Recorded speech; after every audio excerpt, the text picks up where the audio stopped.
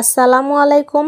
আমার আজকের আয়োজন নোয়াখালীর বিখ্যাত খোলা জালি পিঠা তৈরি হবে খুব সহজেই। যারা এখনো এই পিঠাটি বানাননি, ছোট্ট এই ভিডিওটা এক ঝলক দেখলেই খুব সহজে তৈরি করে নিতে পারবেন। এই পিঠা খেতে কিন্তু দারুণ মজা হয়ে থাকে। গরুর মাংস, মুরগির মাংস বা হাঁসের মাংস দিয়ে খুব মজা করে এই পিঠাটা খাওয়া যায়। চলেন তাহলে রেসিপিতে যাওয়া যাক। এখানে নিয়ে নিয়েছি আমি চালের গুঁড়ি। চালের গুঁড়িটা যে যার পরিমাপ মতো নিয়ে নিবেন। তারপর দিয়ে দিলাম স্বাদ মতো লবণ, একটু মিক্স করে নিব। তারপর এখানে দিয়ে দিচ্ছি কুসুম গরম পানি। পানিটা অবশ্যই কুসুম গরম দিতে হবে, যেহেতু আমি শুকনা চালের গুঁড়ি ব্যবহার করেছি। পানিটা অল্প অল্প দিব আর এভাবে হাত দিয়ে খুব ভালো করে মিক্স করে নিব, একটু মেখে নিব। আপনারা চাইলে একদম টাটকা চালের গুঁড়িটাও ব্যবহার করতে পারেন, শুকনা চালের গুঁড়িও দিতে পারেন, যার যেমন ইচ্ছা। আমি আজকে বাজারের কেনা চালের গুঁড়ি দিয়েই করছি। এভাবে অল্প অল্প পানি মিক্স করব আর হাত দিয়ে খুব ভালো করে চটকে নিব। তাহলে পিঠাটা অনেক বেশি পারফেক্ট হবে এবং বানানোটাও অনেক বেশি সহজ হয়ে যাবে। দেখতেই পাচ্ছেন আমি পানিটা